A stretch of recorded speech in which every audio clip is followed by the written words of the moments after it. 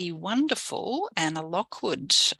She will do her presentation, and she's going to give us a really fabulous overview of shifting from transactional approaches and towards more transformational relational approaches. So again, thank you, panelists, and I'll hand you over to Sabine, who's now facilitating this session. So thank you. Okay.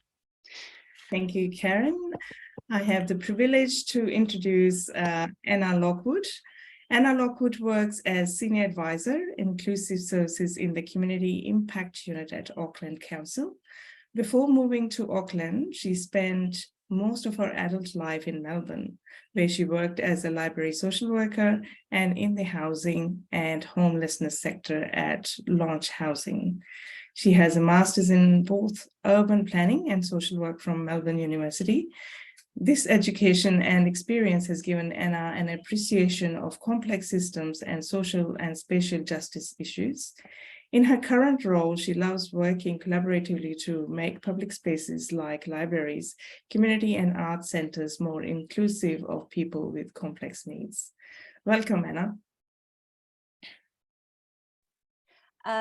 Thank you. Thank you so much for this opportunity to share my presentation. Can everyone hear me okay? And can everyone see my slides?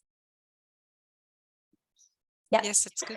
Okay, all right. Well, I will start. So, tēnā koutou katoa, ko Anna Lockwood toka wingoa e noho ana o ki Tamaki Makaurau I nei nei. Ko te Community Impact Unit toku tima as Senior Advisor Inclusive Services toku mahi. Kei te mihi o ki ngā tohu me ngā mana whenua o tēnei rohe, me ngā kanuhi ho e hui hui nei. Kia ora rā. Hello, my name is Anna Lockwood. As you know, I live in Tamaki Makaurau, Auckland. I'm in the Community Impact Unit and my role is Senior Advisor Inclusive Services.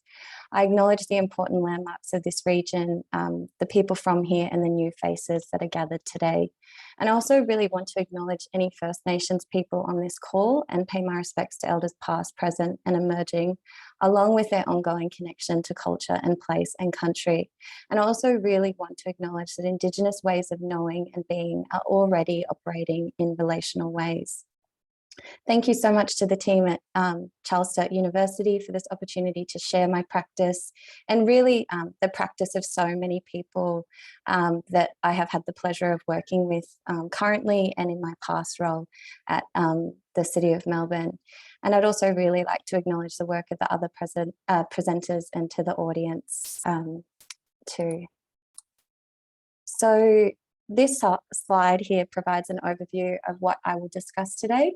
I'll talk about my path into library social work and where my current role sits within Auckland Council. And I'll then discuss some of the key challenges that Auckland libraries are facing and how we're responding to these through the Central Hub Safe Spaces pilot project. I'll be using practice-based evidence and share what I've learned from library social work collaborations over the last few years here in Tamaki Makaurau and in Melbourne. And I guess, yeah, depending on how we go, there may be time for questions at the end. So when I was talking to the team at Charles Sturt University, they sort of said, you know, maybe it would be interesting to share how someone gets into library social work. So basically, this is my own journey. I started studying a Bachelor of Arts in 2011, and I really found that books and art were useful avenues to learn about social justice movements and to uncover told and untold histories. And after finishing my degree, I studied a Master of Social Work at the University of Melbourne and completed 2 placements. The first was at St Vincent's Hospital in the palliative care and rehabilitation units, and the second was with the training and education team at SNAIC, the Secretariat of National Aboriginal Islander Childcare. And during my final semester, I started working at Launch Housing, a housing and homelessness organisation, with the initial assessment and planning team. And this led to a support worker position that involved assisting families from their initial period of homelessness, linking them to community supports and assisting them into stable housing. I worked with some families for weeks and some for years, depending on their needs. And many of these families were recovering from incredible disruptions to their lives, either due to trauma, their refugee backgrounds, histories of incarceration, institutionalization, family violence, drug and alcohol harm, isolation, and grief. And many were dealing with the intersection of all of these things. And I really want to mention how crucial public libraries were for these families. Libraries provided a safe space and respite from emergency accommodation, a place to participate through programs like Wriggle and Rhyme, and simply a place to feel a general sense of belonging and connection. And I saw so many families face a housing system that had limited options and could rarely meet their needs. What was affordable was often on the outskirts of the city with limited access to services and public transport. So wanting to understand more about the housing system and the way social issues are spatially arranged, I started studying a Master of Urban Planning. This degree helped me to begin to connect the dots between social issues and how they are embedded within the built environment. Later in 2019, a library social worker position came up, and I really got excited about this opportunity because I thought it was a perfect way to merge my social work practice with urban planning studies. And I'd always loved libraries, you know, going there, whether it was to use a public toilet or to study, or just to kind of be in the space, to be around other people. So this role, as you heard from Anne-Marie and Erin, the role was funded by City of Melbourne and contracted through Launch Housing in the pilot role that I was involved in. And at the time, it was the first of its kind in Australia. And I really want to acknowledge Anne-Marie, who you just heard from, and Leanne, who will speak after this, along with Catherine and the team at City of Melbourne, and also to my previous colleagues at Launch Housing. Anne-Marie and the team at City of Melbourne really were instrumental in the program's success and sustainability of it. And of course, I also want to pay respect to Erin, who's now in the role and doing some really great work. So in this role, I quickly learnt that the daily realities of library work went well beyond books. And I know that many on this call appreciate that, but I feel like there's a real gap in public knowledge about what staff experience. Central to this role was providing information, support and referral to patrons presenting with complex psychosocial issues. And another key aspect was to work collaboratively with library management to build the resilience and capacity of the 120 library staff because of the increase in patrons presenting with complex needs, along with a spike in incidents being recorded. And we did this through implementing a supervision framework, along with developing and delivering training and education resources around boundary setting and supervision. And the success of this program resulted in the role becoming permanently funded. And I was in the role for a few months before I relocated to Tamaki Makaurau to Auckland in 2021. And later that year, I started working as a senior advisor inclusive services, which is a new role for council and is really a library social work adaptation. So I've just had my 1 year work anniversary in this role, which I appreciate is absolutely nothing compared to some of my peers who have worked in libraries for up to 25 years and more. So I really do not position myself as an expert. So the purpose of this slide is to ground this role within Auckland Council's organisational context. So as you can see from this graphic, the role sits within the Community Impact Unit and the wider Connected Communities Department. Connected Communities oversees the integrated delivery of services from Council's community centres, libraries, community hubs and arts facilities. So to give you an idea of scale, Auckland Council manages 56 public libraries, and they've got the largest network within the Southern Hemisphere.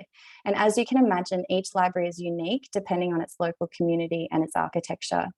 So in this role, I work in partnership with other functions, including community delivery, Te Waka Kerawai, the Māori Outcomes Unit, health, safety and wellbeing, capability and design, security, social and community policy, and the regional partnerships lead in homelessness and more. And the key outcomes of this role are that communities experiencing complex needs belong and participate in our libraries, arts facilities and community centres, and also that staff are capable, confident and safe when working with communities experiencing complex needs. And I think that these outcomes of the role really point to the need to be really intentional about balancing both the needs of staff and the needs of communities experiencing complex needs, because real tensions can emerge here, especially when it comes to staff safety and trespass notices. So the key challenges that our spaces are facing, this slide really just shows you an overview of what we're facing here in Auckland, and is also reflective of the literature. So several scholars label public libraries both exemplary and problematic examples of social infrastructure.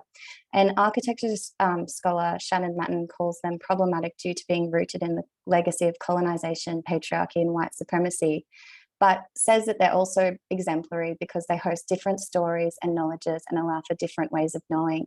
They help us to access information, foster intercultural connection and civic engagement, along with build community pride and collective values.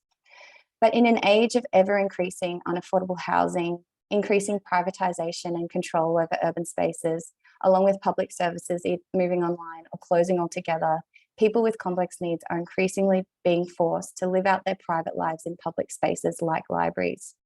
And as a result, and as so many of the speakers before me have or sort of said, that we are seeing this role of public libraries changing. And today, public libraries really are picking up the slack where other centres are not responding, and it can create some real challenges, both for staff and the communities we work with. And so some of these intersecting issues I've just included here, with staff becoming first responders and wanting to help but not always knowing how to. There's also this rhetoric of, you know, I'm a librarian, not a social worker. And then there's this also this vocational awe, which is this idea that because public libraries are such esteemed public institutions, then there's also this pressure that comes on staff to actually deal, you know, to sort of not have boundaries or not say no to inappropriate behaviour, that they just kind of, it's almost like an expectation or a pressure to just accept it.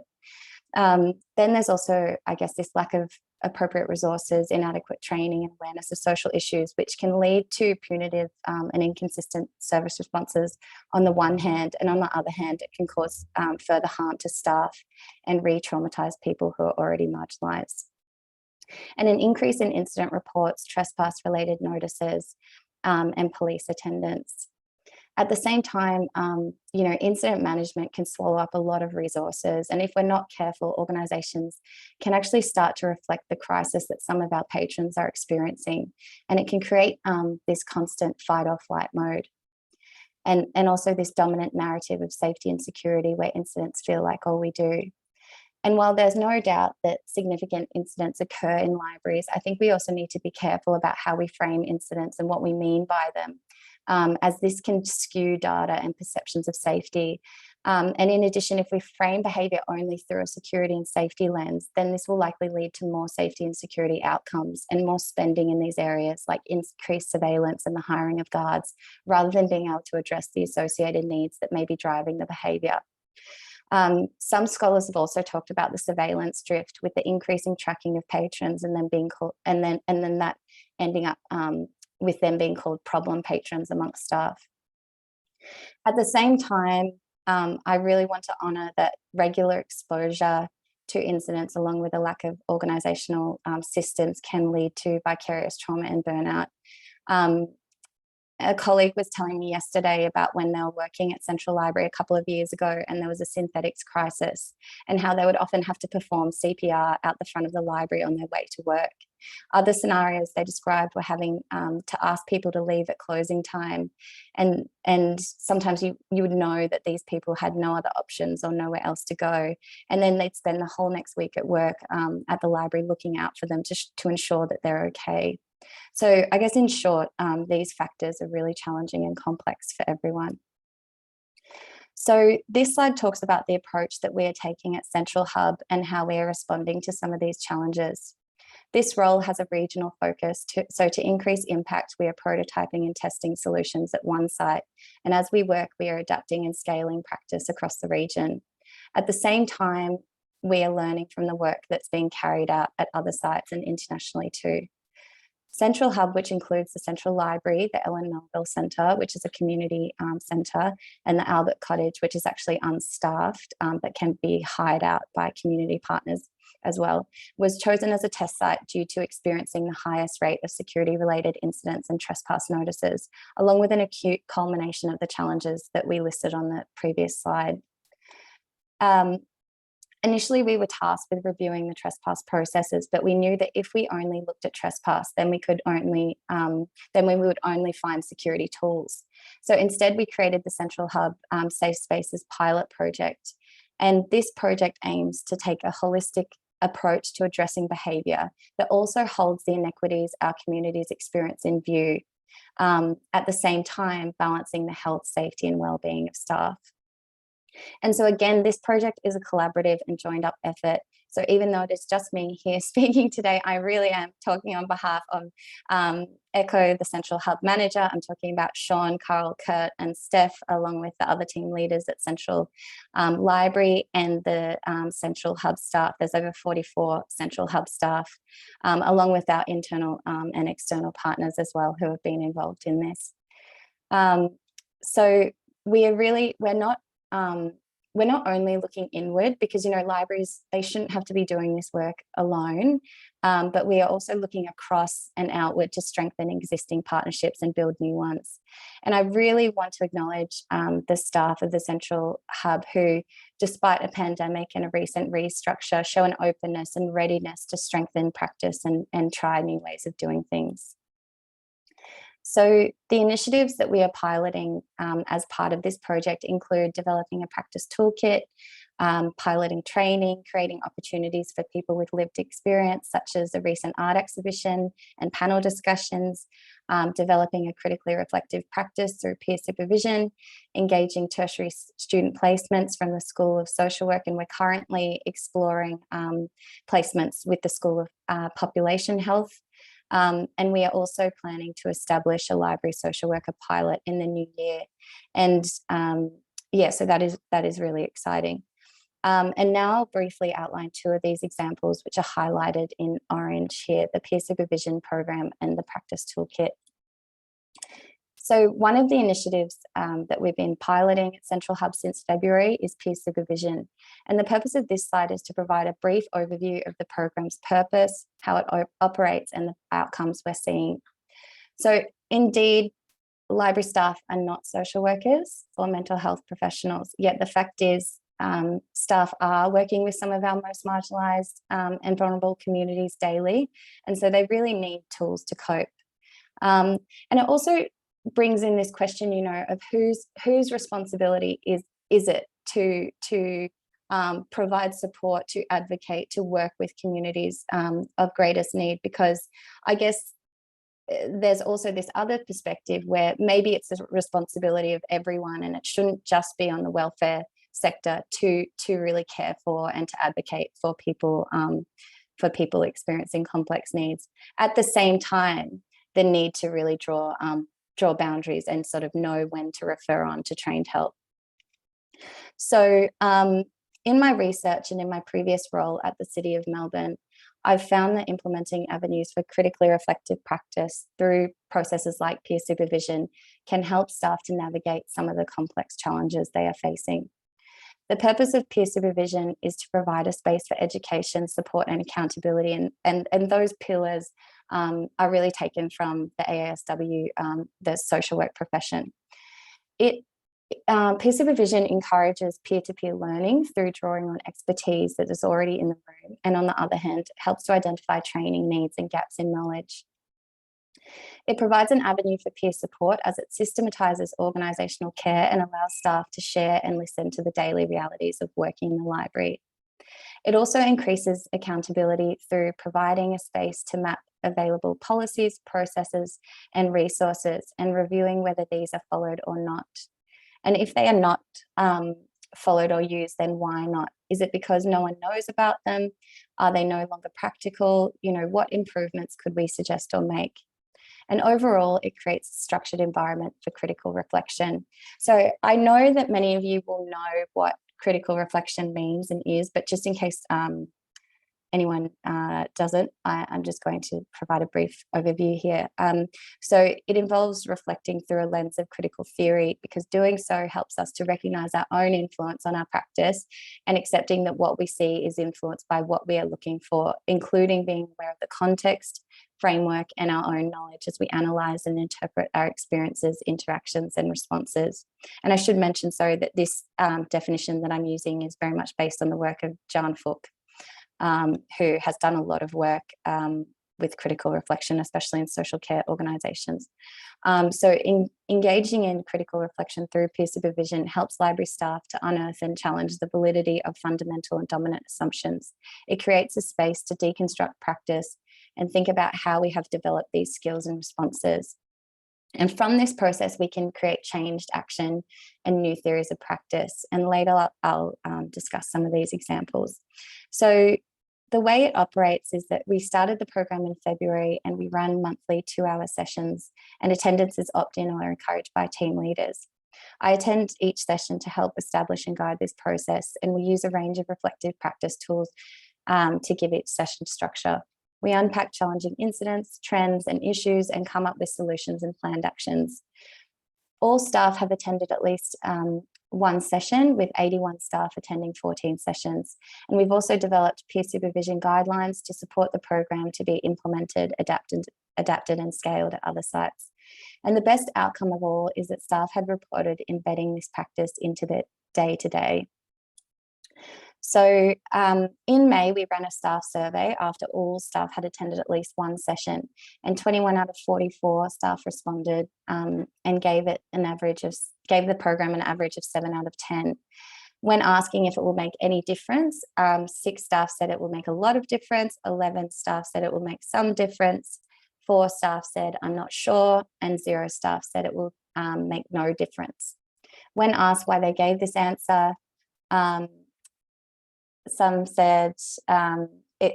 staff member said it will improve the way we respond to customers and support our own thinking and anxiety before, during, and after incidents. Another staff member talked about the complexities and challenges of the people we serve will always be there, but a strong, clearly laid out support system for staff is paramount for our well-being.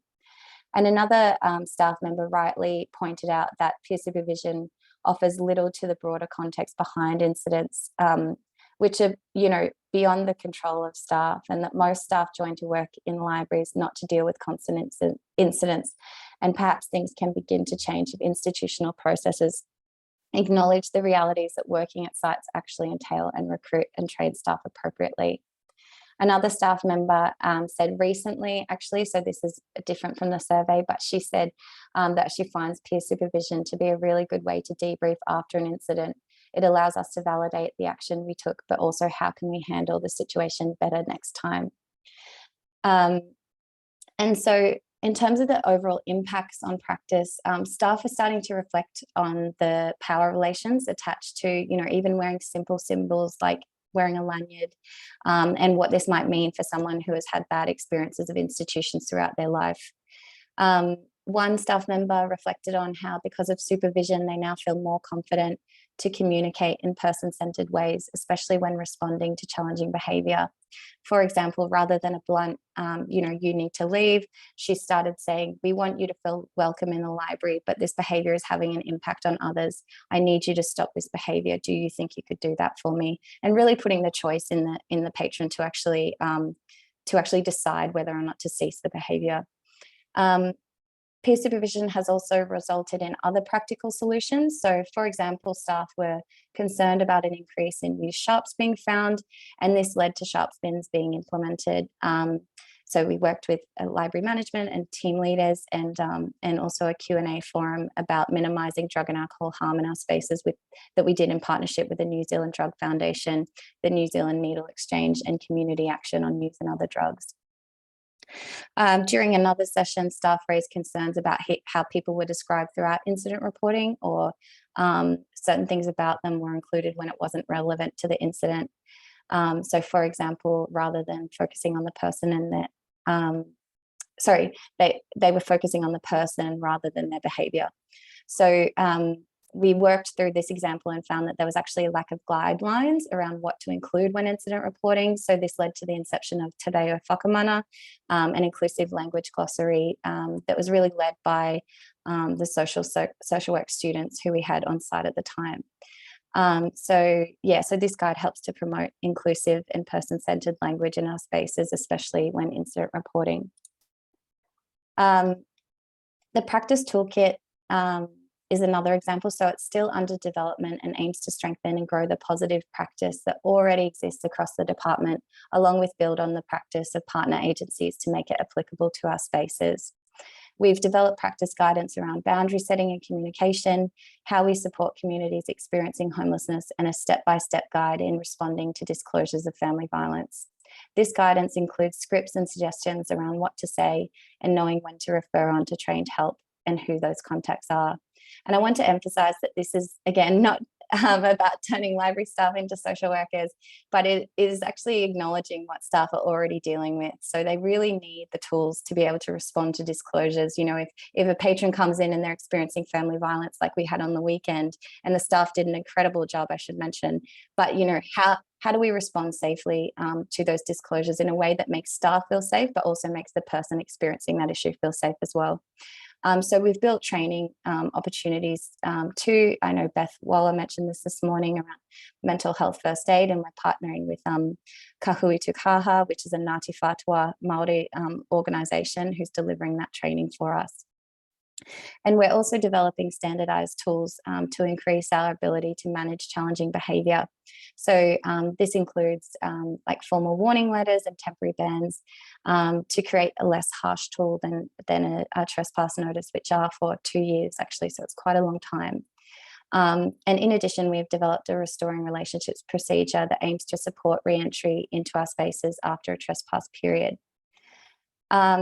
An example that's already being used by our peers is when rangatahi or a young person presents with challenging behaviour and they arrange a hui or a meeting with that person's family and school. And they actually ask the young person to choose what they see should be the punishment or the consequence of that behaviour. And so one young person chose to be the kaitiaki, or the kind of guardian of a certain part of the library, and that they would clean, sweep the floor, and they'll put the books back on the shelves. So we're also strengthening how we report and refer, and we are really starting to see some nice synergies with our outreach partners. We also list ways to increase access. An example of this is from Te Kānani Library. The manager said their biggest asset is having an accessible shower and a kitchen where people can get a hot drink or something to eat. And she's just really pointed out that while this is an architectural issue for some sites, there is a real difference between people who are cold and hungry versus people who can wash up and have something to eat. It's really night and day. And also sort of questioning around how do we increase programming for equity. And I really want to acknowledge that Darren Kamali, one of our colleagues who's a published poet and Pacific Heritage Advisor, has recently published a book called Rough Lives Speak, with people with lived experience of rough sleeping. Mobile libraries and Access are doing some great programming, visiting Odyssey and also prisons and so on, along with Te Waka Kitawai, who are creating Kia ora Te Whānau hubs at our library sites. So I realise that I'm kind of pushing it for time here, but I'll try and go as quick as I can. So overall, the lessons from library social work and what it's taught me is that it has really helped me to ground social work's person and environment and challenge this notion that people are hard to reach. Hard to reach labels are often put on people by planning and public health institutions, while too complex is the term that's often used by social service organisations. The social work field is centred around an understanding of a person in their environment, and it recognises that various social, political, temporal, spiritual, economic and physical factors impact a person's environment, and that we cannot be understood without considering these factors. And social work scholar Danielle Lippman argues that limited work has actually explored this nuanced relationship between person and environment. Lippman uses Oldenburg and Brissett's theory of third places to ground social work's person and environment approach in her article. And Because in this way, many of us have the privilege of gaining our sense of home, belonging and identity from our house, our first place, or our work, our second place. And Lippmann reimagines third places like libraries for marginalised communities as collapsed spaces, because in these spaces, first, second and third places converge. And so I've used Lippmann's idea to help understand the capacities of social work in libraries. Jennifer Keys, a health and safety associate from the San Francisco Public Library, told me once that when you're experiencing homelessness, there is really no escape from it. You're up all night, it's so tiring. So you go to libraries to feel a part of something, to feel safe, to charge your phone, to sit and read and be respected. And in this way, Jen's comment reinforces that public libraries go beyond just places of survival for people who are unhoused to become collapsed places where people also negotiate and construct geographies of home and belonging, which are basic human needs. When I was working at the City of Melbourne Libraries as a library social worker, there was a patron who had been sleeping rough in the Melbourne CBD for several years. He used the library daily, and he had his spot on the mezzanine in the corner. He would pop out and grab lunch and then bring it back. It was very much his home, a collapsed space. His relationship with staff had been built up over years. And all staff knew him by name. And this was a really trusted relationship. He had both of the staff and the space, and it created a solid foundation and entry point to the working relationship that he and I created. And it very quickly became apparent that he had fallen through the gaps of the service system. It was 2020, and the last assistance he'd received was in 2013. He had no income, no links to services, and no housing plan. He said he didn't bother with things like a social services payment because I've tried so many times, but they make it so hard, so I gave up. Things like using a computer, creating a password with 8 characters, a capital letter, and an exclamation mark were a huge barrier. So was two-factor authentication and remembering a password. So we moved slowly. And first we set up an email account. And then during our next engagement, we set up a MyGov ID and made a claim for a social services payment. And this was approved. And we assisted him to regularly report so that he could receive his payments until he could manage this independently. And we also applied for social housing and successfully had his application backdated to 2011 under the Housing First category due to his chronic and entrenched period of homelessness. And in the interim, we put him forward for a transitional housing property. And he said at first it felt really strange, but he was slowly getting used to it because he'd felt unsafe for so long that he was not used to sleeping at night. We referred him then to another caseworker who he successfully engaged with. And he didn't know how to cook and wanted to learn. So he was linked in with a peer support worker who taught him how to make spaghetti. And he was eventually offered a permanent social housing property. Here at Auckland Libraries, I also met some regulars out the front who would sit out the front of the benches daily. And I was walking by and one of them said, you know, why are you always waving to me? So we got talking and it turned out they made art and wanted a space to show their art. So we got a project team together and created an art exhibition. And this reminded me of the work of Te Toko Toro, the Unbreakable Three, and that what they've found is that what people need is not always a service, but rather it is a space to heal and to build social capital. And these people were eventually paid for their time and effort, and this has opened up new opportunities for them with council. So these experiences taught me that people are not hard to reach. Instead, often services and organisations are inaccessible or not trying to reach them. And in addition, through engaging with hard to reach or people who are made to be invisible, library social workers and public libraries can also encourage bystanders or regular patrons to recognise that some people have no choice but to reappropriate space to feel a sense of belonging. At the same time, people in the library have told me that being hard to reach can also be a protective factor. The limited housing options available can leave people feeling exhausted, preventing help seeking.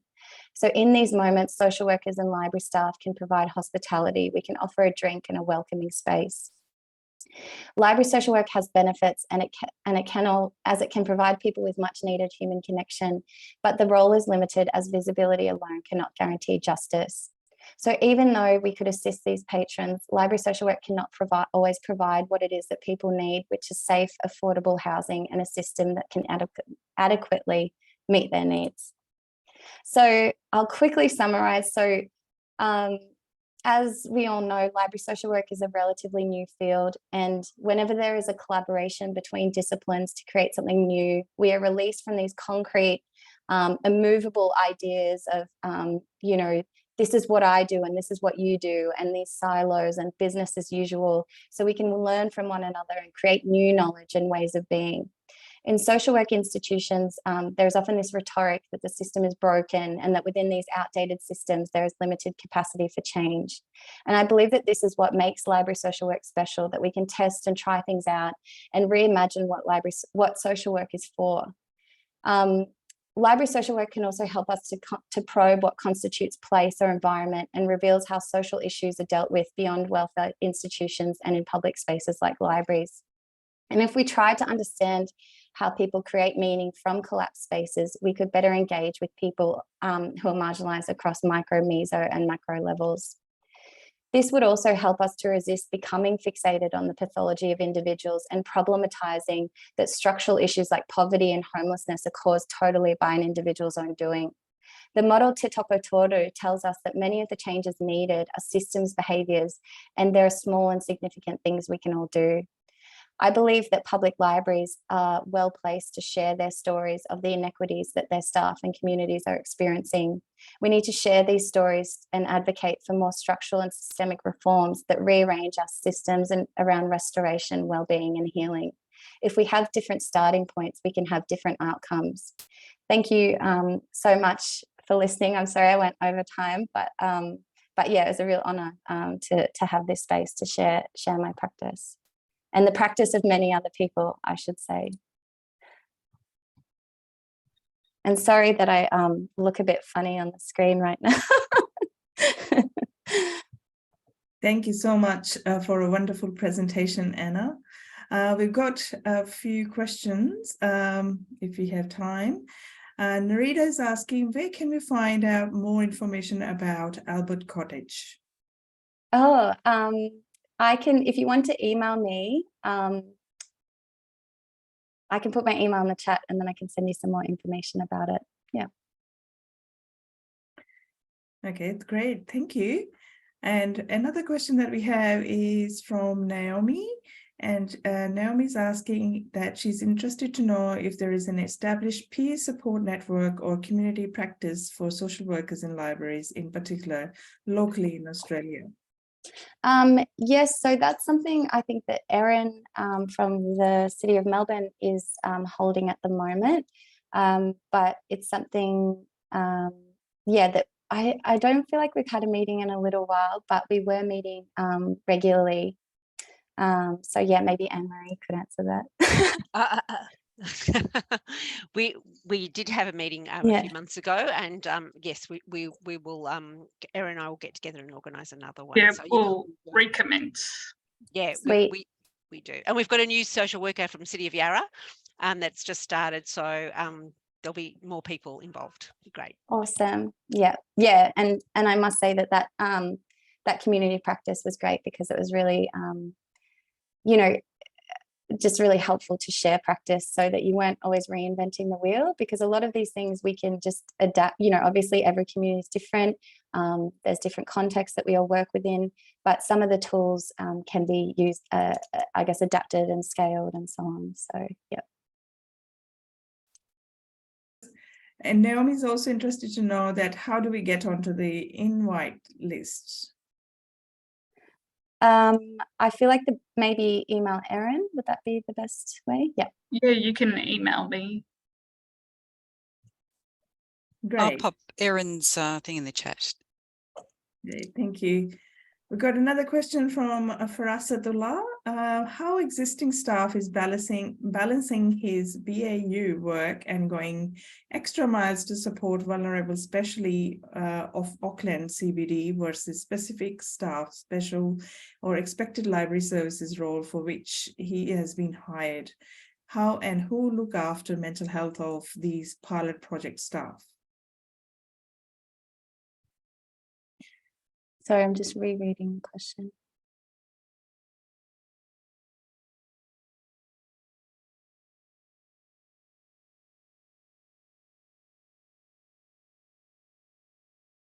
So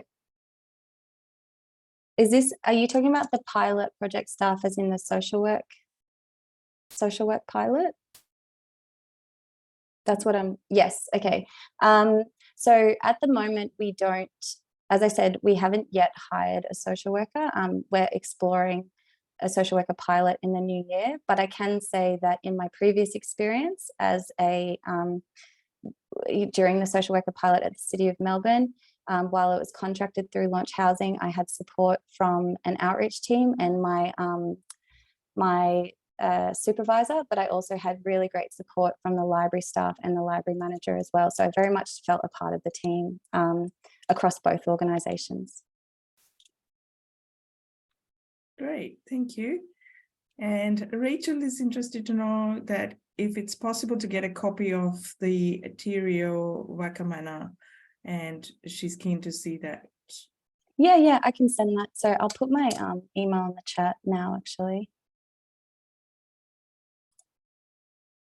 So that if anyone wants me to, email anything, feel free to just email me. Great, that would be really helpful, Anna, to share your email. Yeah. Thank you, fantastic. So any more questions, anyone? Great, it looks like we can have a little break now. Oh, hey, we've got another question. No, that's okay, that's been answered. Thank you very much, Anna. Thank you. Thanks so much. For the presentation, and we're ready for another short break, and we'll see you after the break.